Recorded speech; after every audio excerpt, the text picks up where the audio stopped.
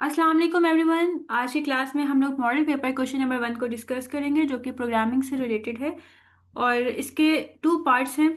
Basically अभी हम लोग इस क्लास में मॉडल पेपर को डिस्कस करेंगे और नेक्स्ट लेक्चर में जितनी भी प्रोग्रामिंग से रिलेटेड जितनी भी इन्होंने लिस्ट प्रोवाइड की हुई है, HTML हो गया, CSS, जावास्क्रिप्ट, हम इन सब को डिस्कस करेंगे। ये फेडरल बोर्ड की तरफ से हमें लिस्ट प्रोवाइड की गई है, जिसमें प्रैक्टिकल की लिस्ट है कि हमें व्लॉग वगैरह बनाना आना चाहिए, portfolio, personal website, business page, home page, contact page, about us page और प्रोडक्ट पेज। मतलब ये जो सारे पेजेस हैं इन सबको हम लोग वन बाय वन डिस्कस करेंगे नेक्स्ट आने वाले लेक्चर्स में। लेकिन आज की क्लास में हम लोग डिस्कस कर लेते हैं मॉडल पेपर में जो क्वेश्चन प्रोवाइड किया गया है। जैसे फर्स्ट क्वेश्चन है, question number 1, debug and correct the following code to produce the given output. हमें ये आउटपुट भी इन्होंने दे दी है और कहा गया है कि आपने जो है इस आउटपुट के अकॉर्डिंग देखना है कि इस कोड के अंदर क्या क्या एरर्स हैं, क्या क्या मिस्टेक्स हैं, उनको हमें करेक्ट करना होगा। ओके, अब हम लोग जो है उसको पढ़ना स्टार्ट करते हैं। जैसे फर्स्ट लाइन में हमें कमेंट दिया गया है। कमेंट क्या होता है? बेसिकली कमेंट ये होता है कि जो भी हम लोग कोड लिख रहे हैं उस कोड के अंदर हम लोग क्या काम कर रहे हैं वो हम लोग कमेंट्स में लिखते होते हैं। जब हम लोग इस कोड को रन करते हैं तो जो कमेंट्स होते हैं वो रन नहीं होते, बल्कि उसको इग्नोर किया जाता है। ये जस्ट हमारी अपनी जो प्रोग्रामिंग होती है उसकी अंडरस्टैंडिंग के लिए होता है। ओके, अब यहाँ पे लिखा क्या हुआ है? JavaScript program to display the pattern. ठीक है, अब हम लोग क्या करेंगे, यहाँ पे जावास्क्रिप्ट की लैंग्वेज को यूज करते हुए हम लोग पैटर्न को डिस्प्ले करें, जो कि यहाँ पे पैटर्न शो किया जा रहा है।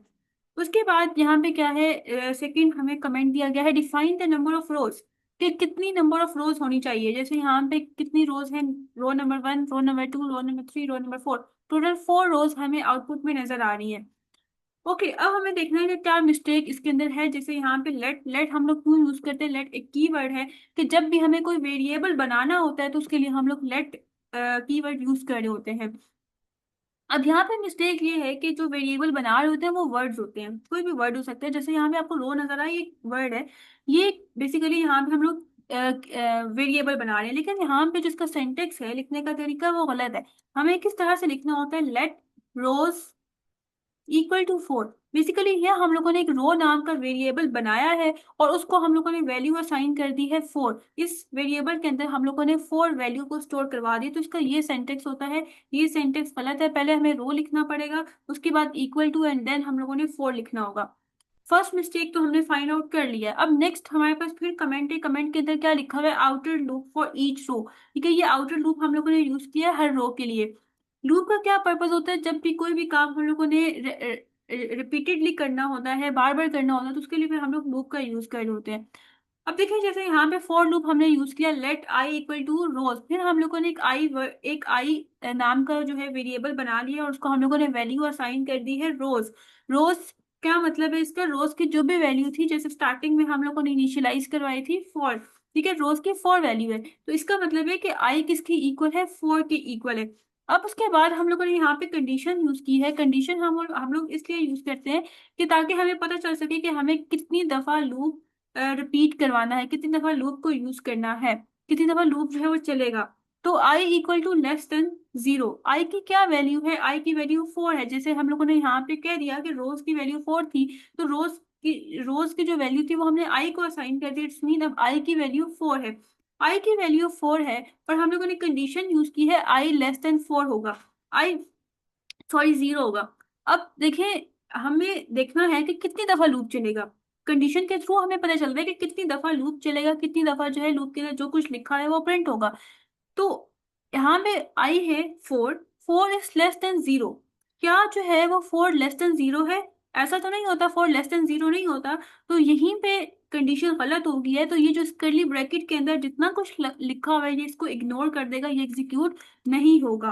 ठीक है, ये तब तक एग्जीक्यूट होता है जब तक कंडीशन ट्रू रहती है, लेकिन ये फर्स्ट टाइम में ही कंडीशन फॉल्स हो गई है तो ये अंदर वाला सब कुछ इग्नोर हो जाएगा, ये कुछ भी प्रिंट नहीं होगा। लेकिन देखें यहाँ पे तो प्रिंट हो रहा है। इट्स मीन कि कुछ कंडीशन हम लोगों ने गलत लगाई है जिसकी वजह से ये अंदर वाला प्रिंट नहीं कर रहा। तो अब हमें कंडीशन को ठीक करना है। बेसिकली कंडीशन किस तरह से ठीक होगी? आई इज ग्रेटर देन 0 होना चाहिए था।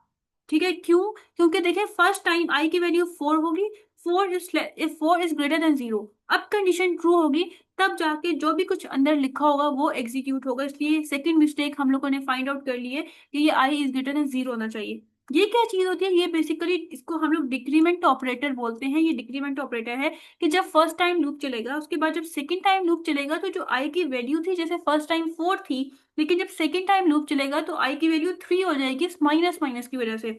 जब थर्ड टाइम लूप चलेगा तो आई की वैल्यू 2 हो जाएगी। जब फोर्थ टाइम लूप चलेगा तो आई की वैल्यू 1 हो जाएगी। मतलब वन वन करते करते डिक्रीज होती जाएगी आई की वैल्यू। ओके, अब हम लोग अंदर वाला इसको रन करते हैं, देखते हैं कि किस तरह से ये जो आउटपुट है ये हमारे पास प्रिंट होके आ रही है।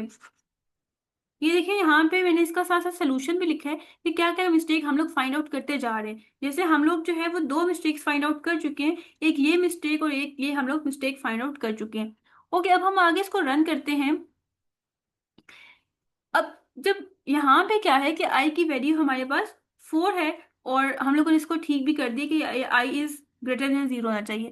अब ये इस कर्ली ब्रैकेट के अंदर जब आ जाएगा, ब्रेसेस के अंदर आ जाएगा, फिर हम लोगों ने एक और वेरिएबल बना दिया पैटर्न नाम का। ठीक है, लेट कीवर्ड के थ्रू हम लोगों ने एक और वेरिएबल बना दिया पैटर्न नाम का, और हम लोगों ने इसको एक एम्प्टी स्ट्रिंग दे दी है। अब इसका क्या पर्पज है, पहले हम लोग देखते हैं कि अगर हम लोग ये लाइन ना लिखते, अगर हम इसको एम्प्टी स्ट्रिंग ना देते, इसको एम्प्टी स्ट्रिंग कह रहे हैं कि इसका हमने कुछ भी नहीं लिखा, ये खाली है। अगर हम इसको ये लाइन ना लिखते तो ये जो आउटपुट आपको नजर आ रही है ना, ये पहले इस तरह से करके ये स्टैटिक 4 टाइम हमें नजर आता है, ये ऐसा प्रिंट होता है। जब नेक्स्ट लाइन पे ये मूव करता तो पहले ये इसको एज इट इज प्रिंट कर देता, इस तरह से करके 4 टाइम ये स्ट्रिंग प्रिंट होती, और उसके बाद ये जो 3 टाइम यहाँ पे आ रही है, देन जो है ये 3 टाइम जो स्टैटिक है ये प्रिंट होता। फिर इसी तरह से ये जो यहाँ पे 2 टाइम आपको ये नजर आ रही है स्टैटिक, फिर ये इसी तरह से इसको ये रिपीट करता नेक्स्ट लाइन पे, फिर जाके जो है वो आगे इसको प्रिंट करता। तो हम लोग ये चाह रहे थे कि जब भी वो नेक्स्ट लाइन पे जाए तो वो पहले जो लाइन है वो एम्प्टी हो जाए, और उसके बाद ये जो स्ट्रिंग है ये प्रिंट हो। इसलिए हम लोगों ने इसको यहाँ पे एम्प्टी स्ट्रिंग दे दी है, ताकि ये पिछले वाले को रिपीट ना करे। इसलिए हम लोगों ने इस लाइन को यूज किया। अब उसके बाद हम लोग नेक्स्ट लाइन को एग्जीक्यूट करते हैं। दोबारा से हमें एक लूप नजर आ गया है जिसे हम लोग इनर लूप कहते हैं। इनर लूप के अंदर क्या है, लेट जे इक्वल टू 1। हम लोगों ने दोबारा से एक जे नाम का वेरिएबल क्रिएट किया है लेट कीवर्ड के थ्रू, और उसको वैल्यू असाइन कर दिया 1। मतलब अब जे की वैल्यू 1 है। अब हम लोग कंडीशन को देखते हैं। कंडीशन हमारे पास ये है कि जे इज लेस देन आई, जब जब तक होगा तब तक ये लूप चलता रहेगा, लेकिन जैसे ही कंडीशन जो है गलत हो जाएगी वैसे ही लूप टर्मिनेट हो जाएगा, लूप दोबारा से एग्जीक्यूट नहीं होगा। अब जे की वैल्यू 1 है, क्या 1 लेस देन आई है? आई की क्या वैल्यू है? आई की वैल्यू अभी हमने ऊपर देखा 4 था, क्या 1 लेस देन 4 होती है? यस, 1 लेस देन 4 होता है। तो ये कंडीशन ट्रू है, उसके बाद जो भी इसके अंदर कुछ लिखा होगा ये एग्जीक्यूट हो जाएगा। ओके, लेकिन अभी इसमें एक प्रॉब्लम है। यहाँ पे जे इज लेस देन आई की जगह होना चाहिए था जे इज लेस देन और इक्वल टू आई। ठीक है, क्यों? अब देखें, यहाँ पे कंडीशन का क्या पर्पज होता है। कंडीशन हमें बता रहा होता है कि कितनी दफा लूप को एग्जीक्यूट होना चाहिए। अब ये जो 4 टाइम आपको स्टैटिक नजर आ रहा है, इट्स मीन कि ये 4 टाइम लूप चला था, तब जाके जो है 1 बाय 1 ये जो स्टैटिक आपको नजर आ रहा है ये प्रिंट हुआ है। 4 टाइम लूप चलना चाहिए था, लेकिन यहाँ पे देखें, अगर हम कंडीशन को देखें, फर्स्ट टाइम जब लूप चलेगा तो जे की वैल्यू 1 है, 1 लेस देन आई मतलब 4। आई की वैल्यू 4 है, 1 लेस देन 4, इसका मतलब ये ट्रू है, तो अंदर जो कुछ होगा ये एग्जीक्यूट हो जाएगा। ठीक है, फिर उसके बाद दोबारा से यही लूप चलेगा, क्योंकि लूप का क्या काम होता है, रेपिटेशन। दोबारा से जब लूप चलेगा, अब जे की वैल्यू पहले 1 थी अब 2 हो जाएगी। क्यों? क्योंकि ये इंक्रीमेंट ऑपरेटर क्या करता है, हर दफा जब लूप चलता है उसकी वैल्यू को 1 इंक्रीज कर देता है। तो अब लूप की वैल्यू 2 हो जाएगी, सॉरी जे की वैल्यू 2 हो जाएगी। अब दोबारा से कंडीशन चेक होगी कि क्या जे इज लेस देन आई है। ठीक है, तो यहाँ पे आई की वैल्यू 4 थी, तो ये ट्रू हो जाएगा। फिर उसके बाद इसको ये जो स्टैटिक है इसको ये सेकेंड टाइम प्रिंट कर देगा। फिर दोबारा से लूप एग्जीक्यूट होगा, और उसके बाद इस इंक्रीमेंट ऑपरेटर की वजह से जे की वैल्यू 3 हो जाएगी। दोबारा से कंडीशन चेक होगी कि क्या जे इज लेस देन आई है, क्या 3 जो है वो लेस देन 4 है। दोबारा से ट्रू हो जाएगा, और ये जो थर्ड आपको स्टैटिक नजर आ रहा है ये प्रिंट होके आ जाएगा। फिर उसके बाद दोबारा से लूप जो है वो चलेगा, और जे की वैल्यू अब 4 हो जाएगी, क्योंकि इस इंक्रीमेंट ऑपरेटर की। अब क्या 4 लेस देन आई है, मतलब आई की वैल्यू 4, ये तो फॉल्स हो जाएगा। तो 4 टाइम जो लूप ये जो स्टैटिक है ये प्रिंट होना था, ये अब प्रिंट नहीं होगा, क्योंकि यहाँ पे कंडीशन गलत हो गई है। लेकिन आप आउटपुट में देखें, आउटपुट में तो आपको स्टैटिक नजर आ रहा है। तो इट्स मीन कि कुछ कंडीशन में गलत है। कंडीशन कुछ इस तरह से होनी चाहिए थी कि जे लेस देन और इक्वल टू आई, मतलब अगर यहाँ पे इक्वल टू भी होता कि या तो फोर जो है वो लेस देन फोर होना चाहिए या फोर इक्वल टू फोर, दोनों में से एक चीज होनी चाहिए। तो अगर इक्वल टू यहाँ पे लिखा होगा तो इट्स मीन इसके लिए भी ये ट्रू हो जाएगा और इसको ये प्रिंट कर देगा। इसलिए यहाँ पे एक और मिस्टेक हम लोगों ने फाइंड आउट कर दी है कि जे इज लेस देन आई के बजाय क्या होना चाहिए था, जे इज लेस देन और इक्वल टू आई।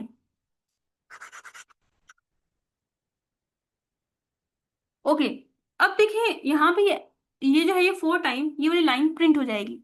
उसके बाद ये डॉक्यूमेंट डॉट राइट पैटर्न है, इसका मतलब ये है कि ये जो पैटर्न बन रहा है जब ओके, अब यहाँ पे जो पैटर्न है इसको क्या करना है, इसको साथ साथ प्रिंट करते जाना है। मतलब जब यहाँ तक ये लूप चल जाएगा उसके बाद ये लाइन आ जाएगी डॉक्यूमेंट डॉट राइट और ये पैटर्न, मतलब ये जो हम लोगों ने फोर टाइम स्टैटिक प्रिंट करवाया इसका एक प्रॉपर पैटर्न इस रो को प्रिंट कर दो। डॉक्यूमेंट डॉट राइट का मतलब ही प्रिंट करना होता है, जैसे प्रिंट द करंट रो हम लोगों ने यहाँ पे कमेंट में भी लिख दी है। अब उसके बाद ये दोबारा से लूप चलेगा। अब क्योंकि इनर लूप एंड हो गया अब दोबारा से आउटर लूप चलेगा। आउटर लूप क्या था, आउटर लूप जो है वो कितनी दफा चलेगा, outer loop basically four times चलेगा। अब पहले जो है वो जो आउटर लूप है वो आई इक्वल टू फोर के लिए चला था, लेकिन अब आउटर लूप जो है वो आई इक्वल टू थ्री के लिए चलेगा, क्योंकि इस डिक्रीमेंट ऑपरेटर की वजह से अब आई की वैल्यू में वन लेस, मतलब वन नंबर जो है वो डिक्रीज हो जाएगा। अब दोबारा से कंडीशन चेक होगी। कंडीशन हमारे पास ये कंडीशन थी कि क्या जो है वो थ्री ग्रेटर देन जीरो है, ट्रू है। दोबारा से जो कुछ इस कर्ली ब्रैकेट में लिखा है वो सब एग्जीक्यूट होगा, वो इस तरह से करके ये हमारे पास लाइन प्रिंट हो जाएगी। अब ये थ्री टाइम इसलिए प्रिंट हुआ क्योंकि आई की वैल्यू वन लेस हो गई है, जिसकी वजह से ये इसके अंदर भी वन स्टैटिक कम हो गया। फिर ये सब कुछ ऐसे ही प्रिंट होगा, लास्ट में जब ये थ्री टाइम जो है वो स्टैटिक आ जाएगा उसके बाद उसको प्रिंट कर दिया जाएगा। फिर ये दोबारा ये ऊपर आउटर लूप एग्जीक्यूट होगा। अब आउटर लूप में आई की वैल्यू टू हो जाएगी, इस डिक्रीमेंट ऑपरेटर की वजह से दोबारा से कंडीशन चेक होगी कि क्या two is greater than zero है। ये हमारे पास कंडीशन लिखी हुई है, क्या टू ग्रेटर देन जीरो है, ट्रू है। दोबारा से इस कर्ली ब्रैकेट के अंदर आएगा, ये एक एक लाइन वैसे ही प्रिंट करता जाएगा। अब जो है ये टू स्टैटिक प्रिंट होंगे, क्यों, क्योंकि यहाँ पे जो आई की वैल्यू है वो कम हो गई है, इसलिए यहाँ पे टू टाइम जो है वो प्रिंट होगा। इसको आप ड्राई रन कर सकते हैं, उसके बाद आपको खुद ही समझ आना स्टार्ट हो जाएगा कि ये कैसे एग्जीक्यूट हो रहा है, इसमें क्या क्या मिस्टेक आ रही है। अब हम लोग मिस्टेक को देख लेते हैं। इसमें जो मिस्टेक आ रही थी वो तो एक ये मिस्टेक थी, ये मिस्टेक थी और ये मिस्टेक थी। इसके अलावा एक कर्ली ब्रैकेट की मिस्टेक थी कि जब भी हम लोग फॉर लूप यूज करते हैं साथ हम लोगों ने कर्ली ब्रैकेट यूज करना होता है, जो कि वहां पे कर्ली ब्रैकेट यूज नहीं किया गया था। इसके अलावा यहाँ पे एक और मिस्टेक ये आ रही थी कि जो सेंटेक्स होता है वो वहां पे डॉक्यूमेंट डॉट राइट में जो डी है वो स्मॉल होता है, इसलिए हमें स्मॉल यूज करना है।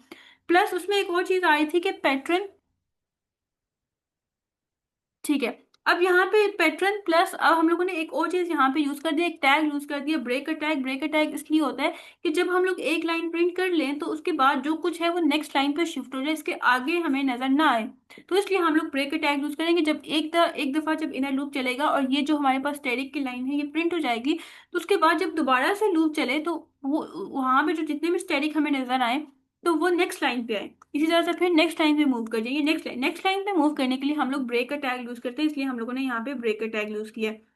यहाँ पे ये क्वेश्चन एंड हो गया इसका। हम लोग का बी पार्ट कर लेते हैं। बी पार्ट क्या है, write a simple JavaScript program to calculate the total price of item in a shopping cart. Basically हम लोगों ने जावा स्क्रिप्ट का प्रोग्राम लिखना है और उसके अंदर हम लोगों ने देखना है कि हम लोगों ने कितनी शॉपिंग की है, शॉपिंग कार्ट के अंदर हम लोग कितने आइटम जो है वो एंटर कर दिए। जब हम लोग शॉपिंग करते हैं तो क्या होता है कि जो जो कुछ हमें पसंद आ रहा है वो हम लोग कार्ट के अंदर डालते जाते हैं। उसके बाद हमने देखना है कि कार्ट के अंदर जितने भी आइटम्स पड़े हुए हैं उसकी टोटल प्राइस कितनी है। ओके, अब यहाँ पे उन्होंने तीन स्टेप हमें हमें दे दिए, वन बाय वन हमने इन तीनों स्टेप्स को करना है। फर्स्ट स्टेप क्या है, declare the variable to store the prices of three item. Declare का मतलब ये होता है कि हमें थ्री वेरिएबल्स को क्रिएट करना है, थ्री वेरिएबल्स को बनाना है। और वेरिएबल का क्या काम होगा, वो वेरिएबल जो है वो प्राइस को स्टोर कर होंगे जो हम लोगों ने आइटम्स परचेज की होंगे। हम लोगों ने बेसिकली थ्री आइटम परचेज करने हैं, उनकी जितनी प्राइस बनेगी उसके लिए हमें एक वेरिएबल बनाना पड़ेगा और वेरिएबल के अंदर उन वैल्यूज को स्टोर करना होगा। अब उन्होंने हमें क्या कहते हैं वैल्यूज भी असाइन कर दी हैं। जैसे आइटम नंबर वन की जो प्राइस है वो 20 है, आइटम टू की 60 और आइटम थ्री की 75 है। सबसे पहले हम लोग इस पार्ट को कर लेते हैं। इस पार्ट में हमने क्या करना था, सिंपल हम लोगों ने प्राइसेस ऑफ आइटम्स जो है वो स्टोर करवानी थी वेरिएबल्स के अंदर। तो पहले हम लोगों ने एक आइटम वन नाम का वेरिएबल बनाया लेट कीवर्ड के थ्रू और उसका वैल्यू असाइन कर दिए 20। आइटम टू को असाइन कर दिए 60 और आइटम थ्री को 75। फिर सेकंड पार्ट में उन्होंने हमें क्या कहा था, डिक्लेयर अ फोर्थ वेरिएबल, एक और वेरिएबल हमें दोबारा से बनाना है जिसका नाम टोटल प्राइस होगा।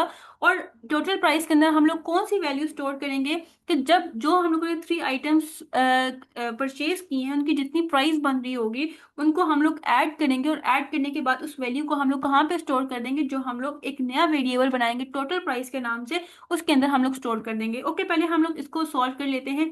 कैलकुलेट टोटल प्राइस, ठीक है, हम लोगों ने कमेंट के अंदर बता दी कि हम इस कोड के अंदर क्या कर रहे हैं। हम लोगों ने एक वेरिएबल बना दिया टोटल प्राइस के नाम से लेट कीवर्ड के थ्रू, और उसके अंदर हम लोग कौन सी वैल्यू असाइन कर रहे हैं, कौन सी वैल्यू स्टोर कर रहे हैं कि जो आइटम 1 की वैल्यू है, आइटम 2 की वैल्यू, आइटम 3 की वैल्यू, इन तीनों को ऐड कर दो, जो भी वैल्यू आए वो किस में स्टोर हो जाएगी, वो स्टोर हो जाएगी टोटल प्राइस के अंदर। अब उसके बाद क्या होगा, अब थर्ड हम लोग देख लेते हैं, display the value of total price. हम लोगों ने वैल्यू तो स्टोर करवा दी, उसके बाद हम चाहते हैं कि जो भी टोटल प्राइस की वैल्यू है उसको हम लोग डिस्प्ले भी करवाएं, उसको हम लोग शो भी करवाएं। तो वो हम लोग कैसे कर सकते हैं, वो हम लोग एक फंक्शन होता है डॉक्यूमेंट डॉट राइट का, उसके थ्रू हम लोग करते हैं डॉक्यूमेंट डॉट राइट। उसके बाद हमें यहाँ पे स्मॉल ब्रैकेट्स ऐड करनी होती है, जो कुछ हम लोग इन्वर्टेड कॉमास के अंदर लिखते हैं एज इट इज प्रिंट हो जाता है, टोटल प्राइस इक्वल टू ये एज इट इज हमें अपने वेब पेज के ऊपर नजर आएगा। प्लस का मतलब ये है कि हम लोग यहाँ पे जो भी वेरिएबल की वैल्यू होगी उसको इसके साथ जो है वो हमें ज्वाइन करना होगा। अब देखिए ये आउटपुट हमें किस तरह से शो हो रही है, टोटल प्राइस इक्वल टू जो हम लोगों ने इन्वर्टेड कॉमास में लिखा हुआ था वो एज इट इज शो हो गया। अब जो भी टोटल प्राइस की वैल्यू थी, जब इन तीनों को हमने ऐड किया, जो भी वैल्यू इसके अंदर स्टोर हुई है वो वैल्यू यहाँ पे डिस्प्ले होगी है आउटपुट में। ओके, यहाँ तक आई होप सो आपको समझ आ गया होगा। अब नेक्स्ट हमारे पास इसका जो है वो एक चॉइस क्वेश्चन है कि या तो आपने फर्स्ट पार्ट करना है या आपने सेकंड पार्ट। अगर किसी ने सेकंड पार्ट करना हो तो उसके लिए इसको भी हम लोग डिस्कस कर लेते हैं। जैसे इसका क्वेश्चन क्या है, write a JavaScript code that accept a number and display that the number is negative और पॉजिटिव। हम लोगों ने जावास्क्रिप्ट का कोड लिखना है और उसके अंदर हम लोगों ने क्या करना है कि यूजर जो है वो नंबर एंटर करेगा और जो सिस्टम है वो बताएगा कि जो भी यूजर ने नंबर एंटर किया वो नेगेटिव नंबर है या पॉजिटिव नंबर है। उसके अगेंस्ट हम लोगों ने जावास्क्रिप्ट का कोड लिखना है। बेसिकली ये हमारे पास कोड है, हम लोगों ने स्क्रिप्ट का टैग यूज कर लिया जो कि शो कर रहा है कि यहाँ पे हम लोग जावास्क्रिप्ट की लैंग्वेज को यूज कर रहे हैं।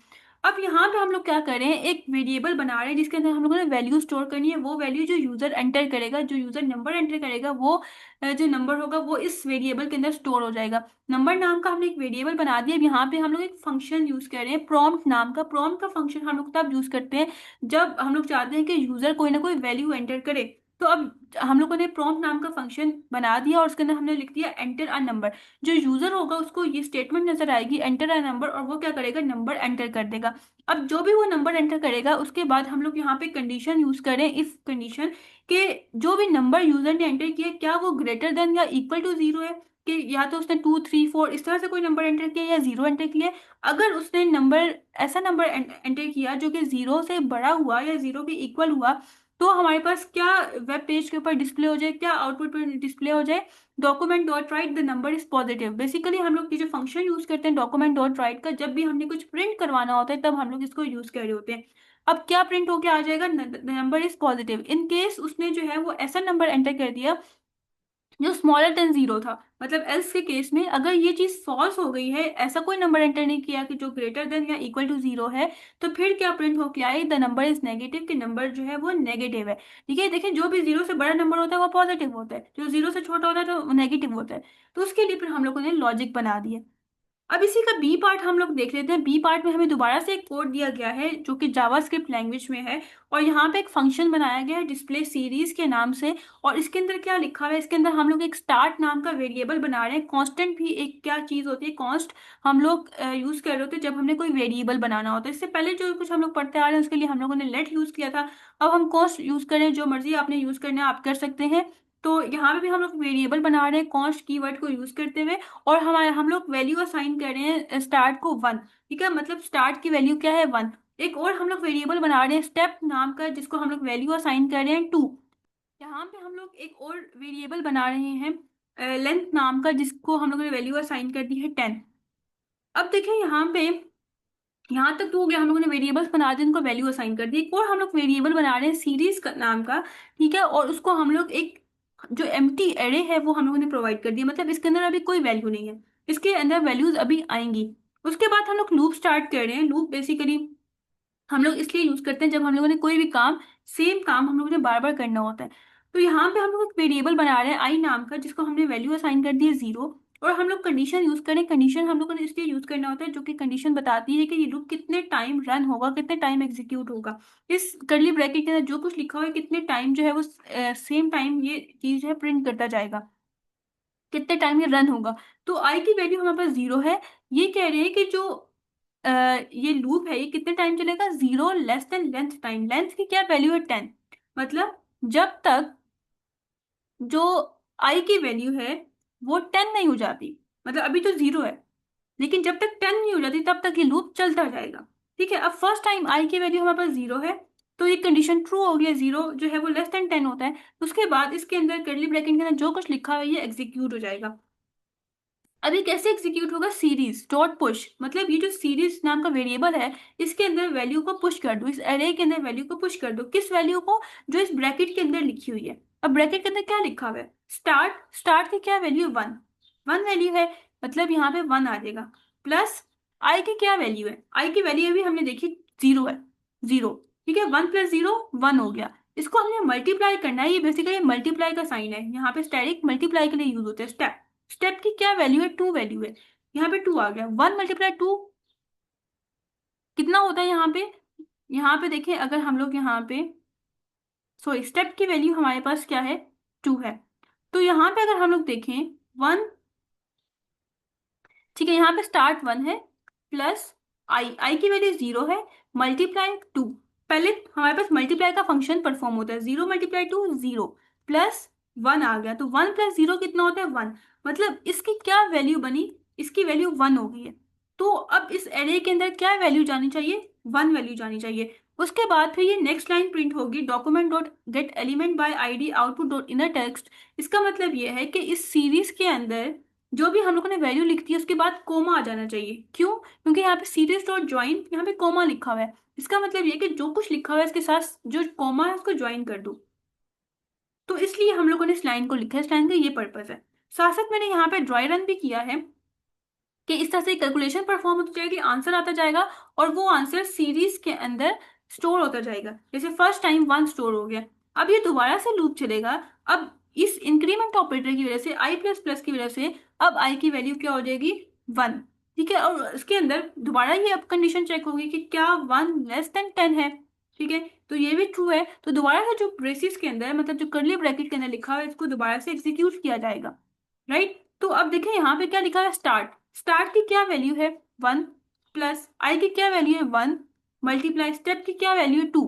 तो 1 मल्टीप्लाई कितना होता है, 1 मल्टीप्लाई 2 2 होता है, प्लस 1 हो गया, तो 1 प्लस 2 3 हो गया। तो अब देखें यहाँ पे जो 3 है वो इस सीरीज के अंदर स्टोर हो जाएगा, क्योंकि हमने यहाँ पे सीरीज डॉट पुश का फंक्शन यूज किया। सीरीज डॉट पुश का फंक्शन हम लोग इसीलिए यूज करते हैं जब हम लोगों ने कोई वैल्यू ऐड करनी होती है। यहाँ पे ये रन हो जाएगा, उसके बाद इस लाइन पे आएगा, दोबारा से ये जो कोमा है वो डिस्प्ले हो जाएगा। जैसे यहाँ पे आप आउटपुट देख लें कि पहले 1 प्रिंट हो गया, फिर 3, फिर कोमा, अब आगे 5 प्रिंट होगा। कैसे, दोबारा से लूप चलेगा, इस इंक्रीमेंट ऑपरेटर की वजह से आई की वैल्यू अब 2 हो जाएगी। दोबारा से यहाँ पे कंडीशन चेक होगी कि क्या 2 लेस देन 10 होता है, ट्रू है, तो दोबारा से इस कर्ली ब्रैकेट के अंदर आ जाएगा, इसके अंदर जो कुछ लिखा हुआ है एज इट इज प्रिंट हो जाएगा। अब स्टार्ट की वैल्यू 1 है, जबकि आई की वैल्यू हमारे पास क्या हो चुकी है, 2 हो गई है। फिर उसके बाद हमारे पास यहाँ पे मल्टीप्लाई का साइन है, और स्टेप की क्या वैल्यू है, स्टेप की वैल्यू 2 है।